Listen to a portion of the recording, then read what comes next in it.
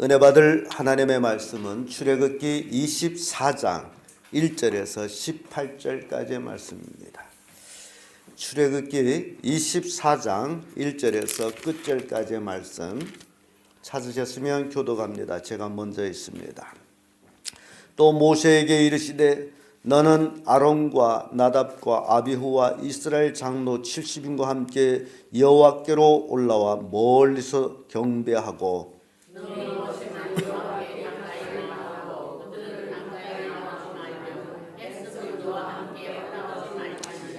모세가 와서 여호와의 모든 말씀과 그 모든 율례를 백성에게 고하매 그들이 한 소리로 응답하여 가로되 여호와의 명하신 모든 말씀을 우리가 준행하리이다.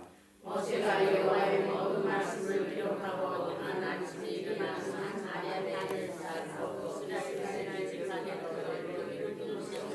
이스라엘 자손의 청년들을 보내어 번제와 소제로 화목제를 여호와께 드리게 하고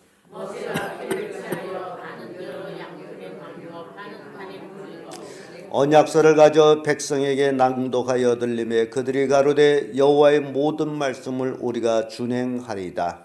모세가 그 피를 사여 백성에게 부려가되 너는 여호와께서 이 모든 말씀에 대하여 너희와 세우신 언약이니라. 모세와 아론과 나답과 아비후와 이스라엘 장로 70인이 올라가서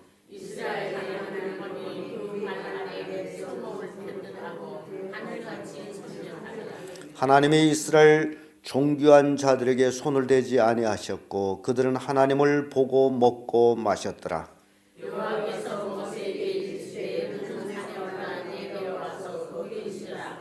내가 오늘을 가르치고 내가 율법과 계명을 시키기로 모세가 그 종자 여호수아와 함께 일어나 하나님의 산으로 올라가며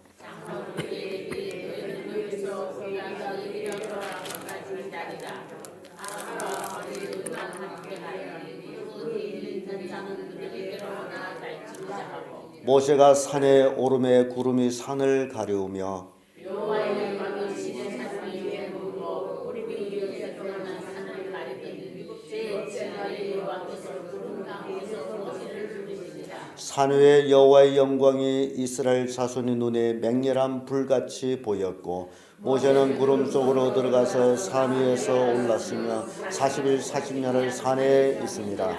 아멘. 이 말씀으로 부르심의 응답 이런 제목으로 말씀을 나누겠습니다.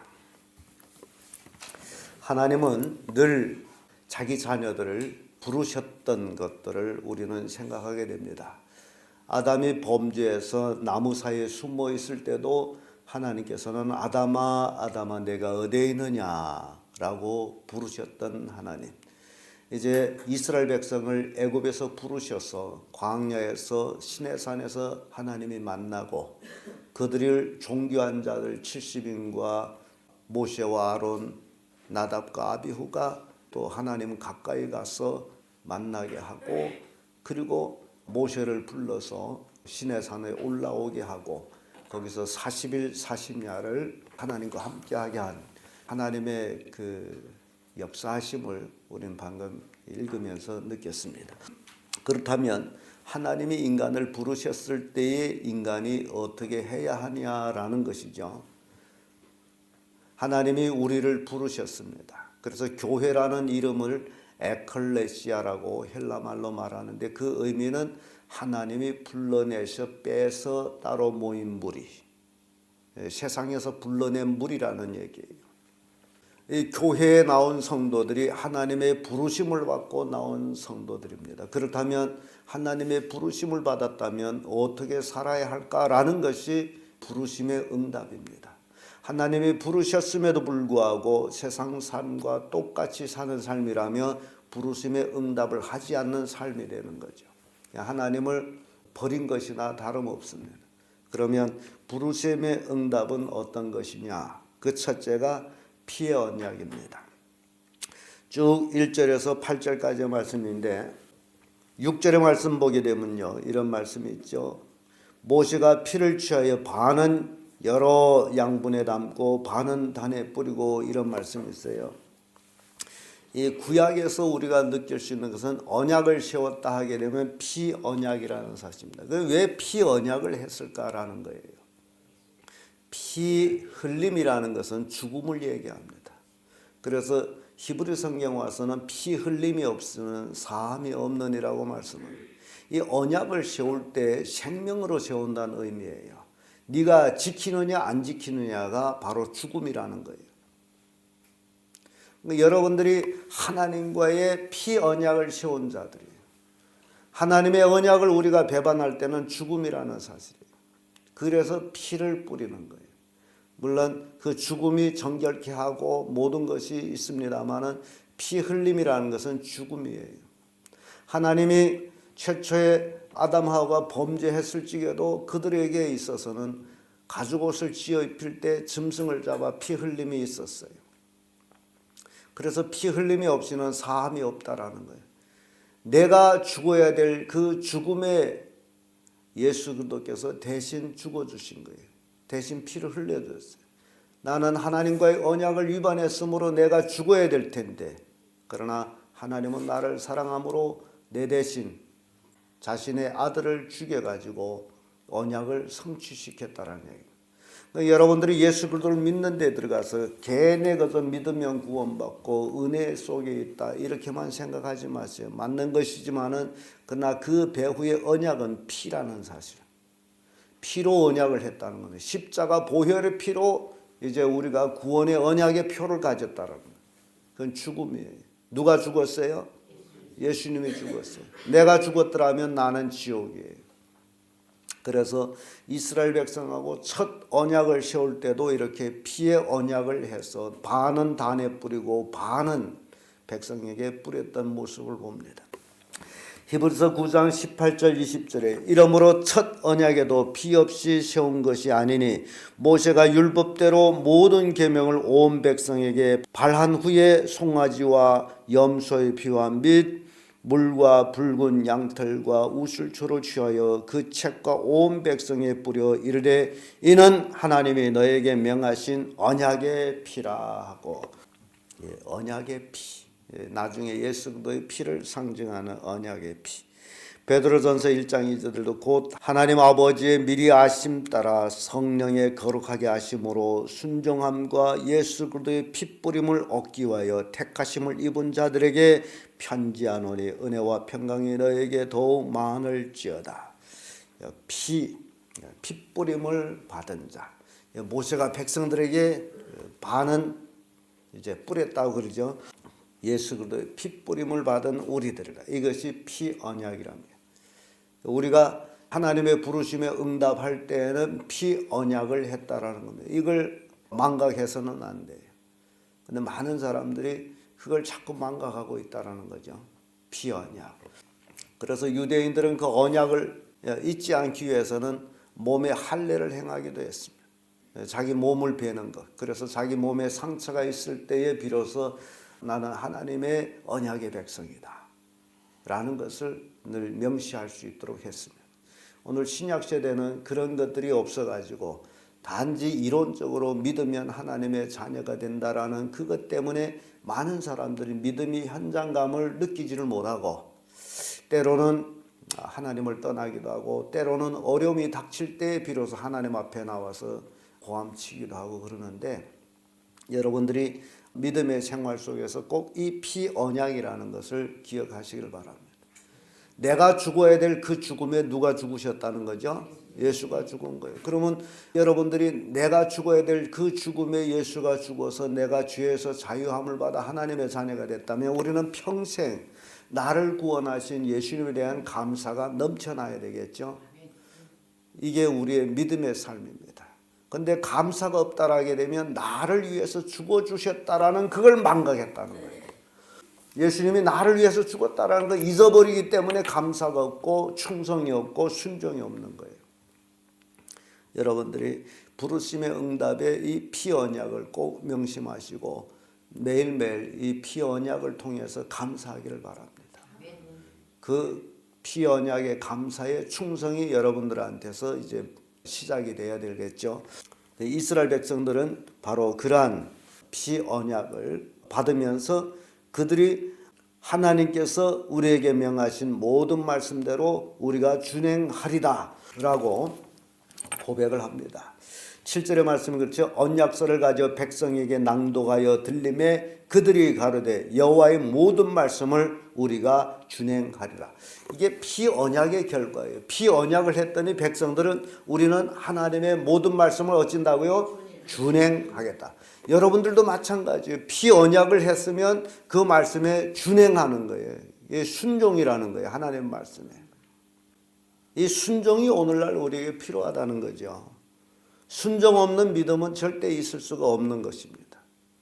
여러분들이 피언약을 했으므로 하나님의 모든 말씀을 준행하는 그런 성도를 될 때에 하나님의 놀라운 축복을 받게 됩니다. 이게 진정한 성도예요. 말씀을 순종 안 한다면 성도가 아닙니다. 하나님의 자녀가 아니에요. 가족에서도 마찬가지죠. 자녀들이 부모의 말을 들어야 되겠죠.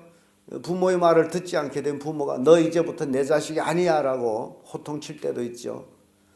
자기 자식한테는 그런 소리 하면서 왜 하나님 말씀을 순종하지 않느냐라는 거죠.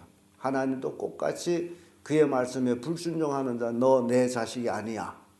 창감난 나무도 찍어버리는데 가지야, 접붙임 받은 가지야 얼마든지 찍어버리지 않겠느냐. 로마서에서 바울이 고백한 내용입니다. 자, 그래서 우리는 하나님과의 언약을 세웠는데 무슨 언약이다? 피언약이에요. 예수님은 그 언약의 성취로서 2000년 전에 이 땅에 오셔서 십자가에 피를 흘리시고 죽으시고 3일 만에 부활하시고 40일 만에 승천하신 거예요. 이게 우리의 믿음에 확고하게 서야 될 대목입니다. 그래서 매일매일 여러분 종교인의 삶이 아니라 매일매일 나는 하나님의 자녀다. 나는 하나님과의 피언약을 세운 자로서 하나님의 모든 말씀을 순종하는 자다. 그러면서 사기절로 자기한테 그런 얘기를 하세요. 그래야 어떤 일을 판단할 때도 나는 하나님의 자녀이기 때문에 이렇게 하면 안 된다. 이렇게 해야 된다. 하나님 말씀에 순종하며 살아야 된다.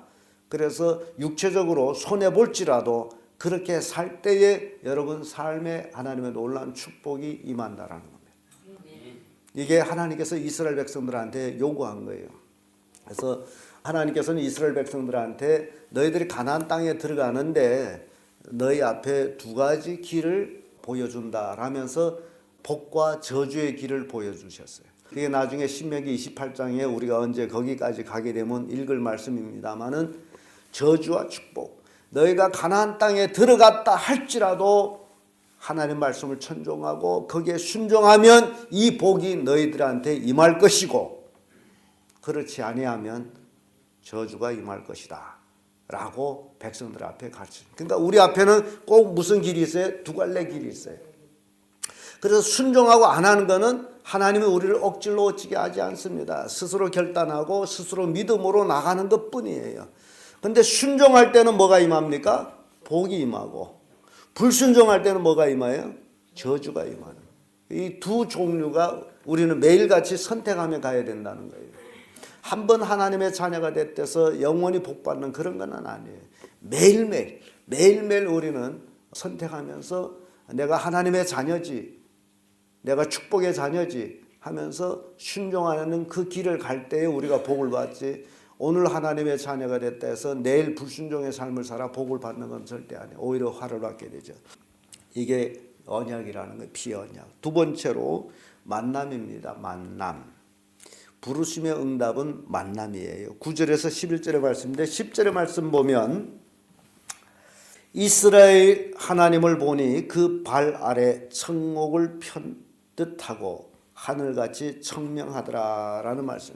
이스라엘 70인 장로와 아론과 나답과 아비후와 이제 모세 함께 산으로 올라가서 하나님을 만났어요. 참 여기에 처음으로 이제 이스라엘 장로들이 하나님 만남에 대한 기록이 나옵니다. 여러분 거기다 딱 끔을 꺼놓으세요. 하나님을 만났어요. 하나님을 만났는데 신기한 것은 11절의 말씀입니다. 하나님이 이스라엘 종교한 자들에게 손을 대지 아니하셨고 그들은 하나님을 보고 먹고 어쨌다 마셨더라. 이게 여기에 그런 게 하나님이 이스라엘 종교한 자들에게 뭘 대지 않았다는 거죠? 손을 대지 않았다. 그리고 그들은 하나님을 보고 먹고 마셨더라라는 기록이 나옵니다. 그래서 부르심의 응답이라는 건 이게 만남이에요. 만남. 이 만남이 없으면 응답이라는 게 있을 수가 없습니다. 하나님이 우리를 부르셨으니 우리가 이 새벽에 나와서 하나님 앞에 부르짖는 이 만남이라는 게 있어야 되거든요. 각자의 하나님과의 만남. 이 만남이 굉장히 중요한 거예요. 그래서 이런 만남이 있어야만이 신앙은 성숙해 갑니다. 하나님을 그 만남이 없다 할 적에는 절대로 신앙이 성숙해지지를 않습니다. 나중에 나오는 얘기입니다. 이렇게 하나님 만났음에도 불구하고 모세가 시내산에서 40일 40야를 내려 안 올 때에 백성들이 아론을 핍박할 때 이 70인 장로들이 아무 말도 없어요. 성경 기록이 없어요. 다 같이 뭘 만들어요? 금신상을 만들어요. 황금 송아지를 만들고 또 그걸 뭐라고, 이것이 우리를 애굽에서 인도해낸 여호와라. 하나님과 만났음에도 불구하고 그들에게 있어서는 이게 만난 그 현장감이 안 나요. 왜냐하면 그들이 만남의 표현에 대해서 그들은 하나님을 보니 그 발 아래에는 청옥을 편듯하고 하늘같이 청명하더라. 그러니까 이 지금 하나님을 만나기는 만났는데 어디를 본 거예요? 하나님 발 아래 발등상 쪽을 본 거예요. 그러니까 뭘 못 봤어요? 하나님의 형상을 못 봤기 때문에 이들은 금송아지를 만들어 가지고 하나님이라고 할 수 있었다라는 거예요. 그러니까 신앙이라는 게 여러분들이 매일같이 하나님과의 말씀의 만남이 없으면 엉뚱한 것을 하나님이라고 섬길 수 있다라는 거예요. 이게 사람이에요. 그러니까 잘 믿는 척 하지 마세요. 뭘 아는 척 하지 마세요. 매일매일 하나님의 말씀에 따라서 순종하는 삶을 사는 그 삶이 온전한 삶이라. 그렇지 않게 되면 언제든지 사람들은 곁길로 나간다는 거예요. 이게 우리에게 보여주는 내용. 그래서 부르심의 응답은 만남입니다. 하나님과의 만남. 우리 성도들은 늘 새벽마다 하나님과의 만남이 이루어져야 돼요. 그 인격적인 만남이 이루어져야 돼요. 그래야 할 때 우리는 복받을 뿐만 아니라 우리의 신앙이 성숙해가고 나를 통해서 하나님의 영광을 받을 수 있습니다. 이사야 6장 5절에 보면 그때 내가 말하되 화로다 나여 망하게 되었도다. 나는 입술이 부정한 사람이요 입술이 부정한 백성 중에 거하며 만군의 여호와이신 왕을 비었음이로다. 구약 사람들이 그 이제 사상 속에는요 하나님을 만나면 죽는다라는 것이 있어요. 왜 하나님 만나면 죽을까요? 하나님 만나면 왜 죽을까요? 출애굽기 33장 20절에도 가라사대 너희가 내 얼굴을 보지 못하리니 나를 보고 살 자가 없음이니라. 하나님을 보고 살 자가 없다. 왜 못 살아요? 우리 안복선 집사님이 답을 주었어요. 죄인이기 때문에. 우리는 죄인이기 때문에 거룩하신 하나님을 만날 수가 없어요. 왜냐하면 죄인이 만나게 되면 죽어요. 그래서 11절에 하나님이 이스라엘 종교한 자들에게 손을 대지 아니하셨고 그들은 하나님을 보고 먹고 마셨다. 여기에 손을 대지 아니했다는 것은 죄인임에도 불구하고 손을 안 댔다라는 거예요. 손 대면 어떻게 되는 거예요? 70인이 어떻게 돼요? 다 죽어야 돼요. 손을 안 댔다. 종교한 자들. 그러니까 여러분들이 착각하지 마세요. 우리는 하나님 앞에 어떤 자들이 했어요? 죄인들이 했어요. 예수 그리스도의 십자가 보혈을 의지해서 하나님 앞에 서는 것이지 내 의와 내 공로로 서는 것은 절대 아닙니다. 나를 세운다면 하나님 앞에서 나는 죽어야 돼. 그래서 내가 죽으면 안 되기 때문에 하나님이 예수님을 죽인 거예요. 이걸 아셔야 돼. 이게 복음이에요. 만남. 우리는 이런 만남을 가지고 있다는 거예요. 요한복음 1장 18절에 본래 하나님을 본 사람은 없으되 하나님 품속에 있는 독생하신 하나님이 나타나셨느니라. 하나님을 본 사람은 없어요. 왜 본 사람은 없어요? 모든 사람이 죄인이기 때문에 죄인이 하나님 보면 죽어요. 그러니까 하나님을 본 사람이 없으되 하나님 품속에 있는 독생하신 하나님이 나타나셨느니라. 누구예요? 예수님이에요. 하나님은 인간의 옷을 입고 온 하나님이 바로 예수예요. 사람이 만날 수 있고 만질 수 있고 대화할 수 있는 하나님이 예수예요. 이런 만남이 있어야 됩니다. 그래서 우리는 예수 그리스도를 통해서만이 하나님 앞에 나갈 수 있습니다. 내 스스로는 나가지를 못합니다. 내 스스로의 삶. 여러분 한번 자신이 지금까지 살아온 삶을 쫙 돌이켜 보세요. 하나님 앞에 설 만한 삶이었냐고. 거룩하신 하나님, 흠점이 없는 하나님 앞에 설 수 있는 삶이었느냐 한번 쫙 살펴보세요. 그래야 예수 그리스도의 십자가의 은혜가 감사할 수밖에 없는 거예요. 자기 의를 세우게 되면 절대로 하나님 앞에 설 수가 없이 죽어야 될 우리들이에요. 그러나 예수 그리스도의 보혈이 있으므로 우리는 하나님 앞에 설 수 있는 것. 그래서 부르심의 응답은 바로 이런 만남입니다. 여러분들도 예수 그리스도를 의지해서 하나님과의 진정한 만남이, 인격적인 만남이 이루어지기를 바랍니다. 그게 믿음이에요. 그래서 요한계시록 3장 20절에는 예수님이 우리를 찾아오셔서 만나기 위해서 볼지어다 내가 문 밖에서 두드리노니 누구든지 내 음성을 듣고 문을 열면 내가 그와 더불어 먹고 그는 나와 더불어 먹으리라. 이게 인격적인 만남을 얘기합니다. 우리의 삶 속에서 매일매일 예수님과 함께 더불어 먹고 마시는 삶이 되어야 됩니다. 이런 인격적인 만남이 필요해요. 자, 오늘 먹을 것이 없어요. 내가 가난해요. 물질이 풍요롭지 못해요. 오늘 한 끼를 굶게 됐어요. 그러면 누구도 굶는 거예요? 나와 함께하는 예수님도 굶는 거예요. 나와 같이 먹고 마시겠다 했으므로. 그런 믿음으로 살아갈 때 하나님이 나와 함께한다면 내가 먹고 마실 문제가 걱정이 될까요? 그런데 우리는 자꾸 그것 때문에 하나님을 섬기는 일을 등한히 하고 있다는 거예요. 뭐 때문에? 먹고 마시는 문제 때문에. 나 어제 깜짝 놀라서 야, 추석에 돈 벌어야지 어떻게 거기 교회를 가요? 나 그 소리에 깜짝 놀랐어요. 추석에 얼마 버는지는 모르지만은 여러분 하나님을 만나는 거하고 이게 비교가 되겠습니까? 그래서 참 이 믿음이라는 게 얼마나 중요한지 몰라. 이런 인격적인 만남이 이루어져야만이 참된 축복을 누리게 돼 있어요.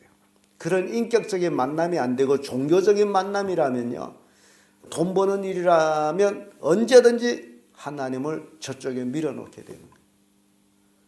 그래서 교회보다도 뭐 더 좋은 것이 있다, 어디서 뭘 공짜를 준다 하게 되면 교회를 밀어놓고 거기를 갈 수밖에 없어요. 하나님과의 그 인격적인 만남이 이루어지지 않기 때문에. 그래서 하나님이 주신 복을 누리지 못하기 때문에 그런 거예요. 여러분들은 부르심의 응답을 통해서 하나님과의 진정 인격적인 만남이 되시기를 바랍니다. 그래서 여러분들이 옛날에 아버지가 계실 때 아버지한테 아버지 나 이런 걸 해주시오라고 대화하듯이 하나님과 하세요. 그게 인격적인 만남이에요. 새벽기도 이 좋은 시간에 와서도 하나님 안녕히 계시어 나 갑니다라고 몇 마디 하고 가는 그런 기도가 아니라 정말 하나님 앞에 깊이 대화하는, 내 속심을 다 드러내놓고 내 모든 근심 걱정을 다 하나님께 아뢰고 하나님께로부터 치유받고 돌아가는, 응답을 받고 돌아가는 그런 성도들 되기를 바랍니다. 그게 진정한 기도예요.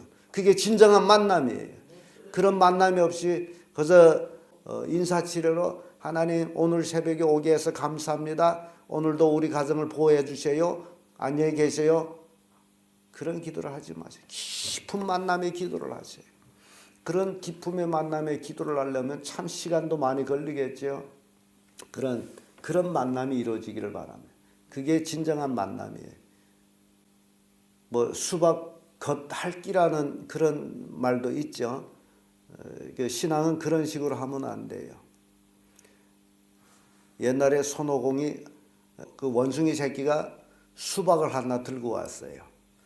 그때 처음 보는 것이라 야, 이게 뭐냐라고 손오공이 물었더니 하는 얘기가 이게 수박이라는 건데요. 겉충은 이렇게 새파랗지만은 속은 새빨갛습니다. 그래서 겉충을 먹는 것이 아니라 그 새빨간 속을 먹는데 참 맛있습니다. 그때 그 많은 원숭이들이 모아가지고 야 이놈아 겉충이 새파란데 어떻게 속이 새빨갈 수 있느냐 이놈이 거짓말을 하도 한심한 거짓말을 한다고 떠들어대고 있어요. 그래가지고 내기하자. 속이 빨가면 네가 혼자 다 먹고 파라면 너 먹지 마거라. 그래서 깼더니 어때요? 재빨간가 속은 새끼가 먹고 껍데기를 파랗단 놈들이 먹었다는. 그러니까 이 경험이 없으면 이런 소리가 나온다는 얘기. 참 우스운 얘기지만은 우리가 하나님과의 깊은 교제가 이루어지지 아니하면 수박 겉핥기가 나온다는 거예요. 우리 성도들이 그렇게 살면 복을 못 받아요. 저는 우리 성도들이 하나님과의 깊은 교제의 만남이 이루어져서 하나님의 주시는 그 풍성한 그 복을 누리기를 바랍니다. 그게 진짜 신앙이에요. 끝으로 부르심의 응답은 들음입니다. 들음. 12절에서 18절까지의 말씀인데 12절의 말씀 와보면 여호와께서 모세에게 이르시되 너는 산에 올라 나에게로 와서 거기에 있으라. 너로 그들을 가르치려고 내가 율법과 계명을 친히 기록한 돌판을 내게 주리라. 이제 우리가 부르심의 응답은 들음이라는 거지. 하나님이 하신 말씀을 내가 들어야 되는 거예요. 하나님이 우리가 인간적으로 얘기해 하나님은 어르신이고 나는 아이라고 할 때 아이가 어르신 앞에 막 조잘조잘하고 어른이 말을 안 듣고 간다면 그게 들음입니까? 아니죠. 여러분들이 하나님의 말씀을 아주 경청해서 듣는 그런 들음이 필요해요. 그게 응답이에요. 하나님이 도대체 나한테 무슨 말씀을 할까? 그걸 들으셔야 돼요. 그게 신앙이에요. 근데 하나님은 종례로 내 귀에다가 뭐라고 얘기를 안 하고 있으니 들을 길은 없는데 그래서 들을 길이 없습니까? 하나님 말씀 들을 길이 없어요? 말씀 안 해서 못 듣는 거예요? 아니에요? 그럼 어디서 들어요? 여러분들이 각자 집에서 조용한 시간에 하나님의 말씀을 이미 책으로 다 우리에게 주셨어요. 그 말씀을 깊이 읽는 거예요. 이 읽음이 없으면요, 여러분들 신앙이 또 자라지를 않습니다. 그래서 교회 와서 목사가 설교할 때 어느 장, 몇 장, 그거 읽는 거 가지고 만족하지 마세요. 그거는 어찌 보면 여러분들이 한번 요리 먹는 거에 불과한 거예요. 여러분들이 집에서 먹는 밥, 요즘 애들은 집밥이라 그러죠. 집밥. 집밥 하도 못 먹어서 집밥이라는 얘기 나와. 난 처음에 그 소리가 뭔 소리인지 몰라서 집밥 먹었다고. 계속 밖에서 먹다 보니 집에서 먹는 밥이 집밥이야. 그러니까 여러분들이 먹는 집밥이 집에서 읽는 성경 말씀이라는 사실이에요. 그걸 아셔야 돼요. 집에 가서는 성경을 뒤져놓고 보지도 않고 말이죠. 그게 뭔 신앙이에요. 하나님이 나한테 하신 말씀 청종하지도 않은. 들음이 없는 것. 들음이 없으니까 삶이 없다는 거예요. 그러니까 하나님 말씀 쫙 들음. 이게 응답이에요. 여러분들이 집에 가서 하나님 도대체 나한테 뭔 말씀하느냐라는 것을 알기 위해서 매일매일 시간을 정해놓고 성경을 읽으세요. 새벽기도 나오신 분들 읽으세요. 만사를 젖혀놓고 읽으세요. 그래야 하나님이 나한테 뭔 말씀하는지 이해가 되는 거예요. 근데 들었긴 들었는데 도대체 무슨 말씀인지 이해를 못하겠다. 괜찮아요. 많이 들으세요. 근데 나와서 또 교회 나와서 설교를 듣다 보면 그 말씀이 그 말씀이구나. 읽어야 아는 거예요. 읽지 않게 되면 목사가 저 뭔 소리 하냐라고 밖에 들리지를 않습니다. 여러분들이 집에서 열심히 읽고 교회 나와서 설교를 딱 들을 때 그 말씀이구나. 그게 깨우침이 되는 거예요. 그게 들음이에요. 그러니까 집에 가서 하루에 1시간이라도 성경 읽으세요. 아멘 했습니다. 하나님은 보고 계세요. 요것들이 아멘 해놓고 집에 가서는 지일이 바쁘다 읽지도 않네. 그건 불순종이에요. 사무엘상 15장 22절에 듣는 것이 수양의 기름보다 나으며 라고 기록하고 있습니다. 하나님 말씀을 듣는 것이 우리가 드리는 수양의 기름보다 낫다라는 거예요. 전도서 5장 1절의 말씀 보면 너는 하나님의 전에 들어갈 때 내 발을 삼갈지어다. 가까이 하여 말씀을 듣는 것이 우매자의 제사를 드리는 것보다 나으니라. 하나님 말씀을 듣는 것이 제사하는 것보다 낫다. 왜냐하면 하나님 말씀 듣지 아니하고 드리는 제사는 우매자가 드리는 제사가 되기 때문에.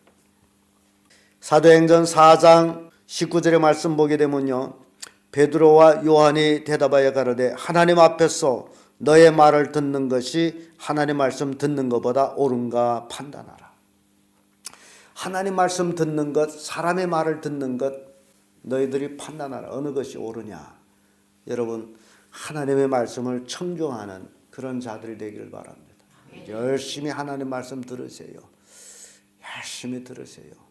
교회 예배마다 빠짐없이 나와 들으세요.